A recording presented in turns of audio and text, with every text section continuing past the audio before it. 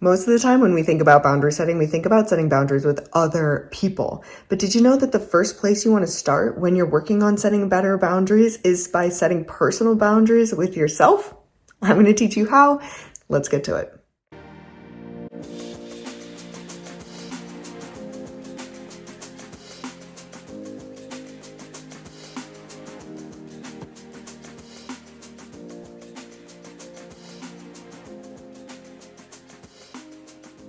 Personal boundaries are the limits you set with yourself that keep you in alignment with the way that you want to feel, the life that you want to have, and the thoughts that you want to think in your mind about yourself, about the world, about other people. Personal boundaries interact with our habits, all the decisions that we make throughout the day. So I'm going to give you some examples today so that you can better understand how to start setting personal boundaries with yourself. This is always going to be the first step that you want to work on if you are developing a stronger connection to your boundaries and your ability to set them with other people. So I know we think about setting boundaries as something that we do with others most often, but you need to think about whether or not you're in alignment first, and whether or not you're feeling feelings that you want to feel, thoughts that you want to think, taking actions that you want to take. Because if you don't have a map built inside your own relationship to self, how are you going to communicate what you need, desire, and expect from other people?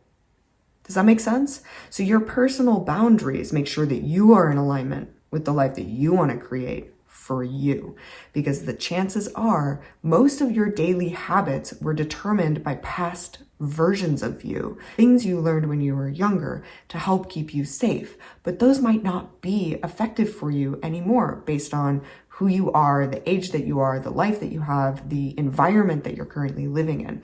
So personal boundaries help you update all of those thoughts, feelings, and behaviors so that you know, I am keeping myself operating at the highest level possible. So I know what it feels like when I'm interacting with other people or other environments that are bringing me down.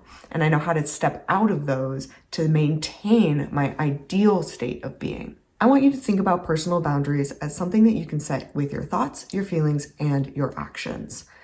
So what thoughts do you have about yourself throughout the day? What thoughts do you have about other people? Are these thoughts in alignment with the person that you want to be? Are you thinking negative things about your body or your ability to create what you want to create? Are you thinking judgmental or resentful thoughts about other people? And is that reflective of the relationships that you want to have? If not, a personal boundary would come in to set a limit around you actually thinking those things. If you want to have loving, connected, and peaceful relationships with other people, you need to start seeing people as loving, connected, and potentially peaceful, right? Removing the judgments and the resentments, the angers and the fears from your projections of who other people are. So really releasing the focus on others and believing that it is possible to connect with people in a loving, connected, and peaceful way. And the same thing with yourself. If you want to have a confident and empowered relationship with yourself, you need to be thinking confident and empowered thoughts. The way you'd set a personal boundary around your thoughts might just be noticing the negative thought that comes up for you and then choosing one that counteracts it. So just starting to think a new thought when the negative thought comes up or the unwanted, unhelpful thought comes up. Choosing a new thought and a new action. So if you think to yourself, man, that person is a real B and I don't like working with them. Thinking instead, that person must be going through a lot and they don't know how to communicate effectively. And I'm going to stay in my state of highest self and allow them to be on their own journey without taking it personally. Or if you wake up and think, I don't feel good, I feel like crap, I don't want to go to work, I feel completely worthless. Shifting that when you notice those thoughts coming in. I am working on myself today. I'm going to take this as an opportunity to reconnect and to bring some joy into my body, right? So the limit is the boundary. Does that make sense? The boundary creates a container for the thoughts that you want to have. I'm not going to think this way because it's not moving me towards the person I want to be. So I'm going to set a boundary around maintaining those thought patterns. You can also do this with your emotions. If you are continuously shutting down anxiety, anger, or fear, depression, or resentment, or shame in your body, that might be what's keeping you safe. So right now, the boundary is, I'm shutting it down because I don't know what to do with it. But it's not actually helping you move forward. And if you want to be someone that's emotionally intelligent and liberated, you're going to set the personal boundary of learning how to process your feelings. When a feeling comes up in my body, I process it with creative coping practices, with breath work, with journaling, with therapy, with processing with a friend, or walking out in nature, right? The boundary is, I don't shut my emotions down anymore. I feel them all the way through to integration and release, which I have other videos on if you're interested in that process. Does that make sense? So you set a limit around shutting those emotions down, even though you might have been doing that your whole life. And the boundary is, I feel my feelings instead of shutting them down. This is what I do to stay in alignment and feel good and confident, right? You can also set personal boundaries with your actions, the things you do through your day. So if you want a clean apartment, but your laundry is constantly sitting on the floor, you might not feel like picking up the laundry. But the boundary is, I feel really good when my apartment is clean. So I'm going to resist the avoidance of picking up that laundry. I'm going to move through it. I'm going to pick it up and I'm going to move on and have peace and joy in my space. The boundary is, I allow myself the space that brings me joy instead of avoiding it because I don't feel like I have the energy.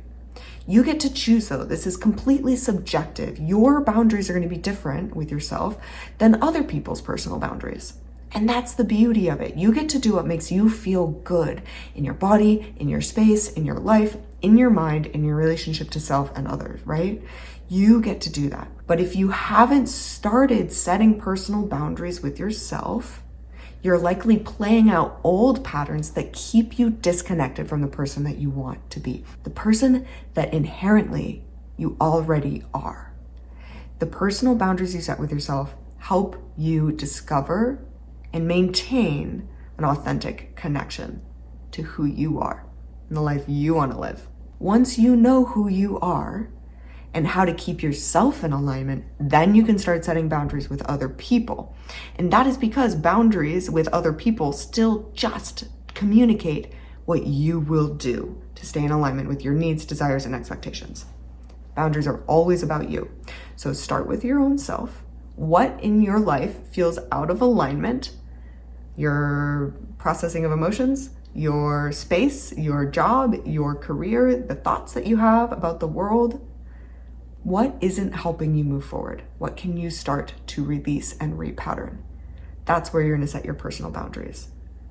And there's infinite ways that you can do that. Let me know if you have any questions in the comments. Like and subscribe for more. And thank you for being here, learning embodied boundaries, and fully setting yourself up for expansive empowerment and a life emotionally connected and free.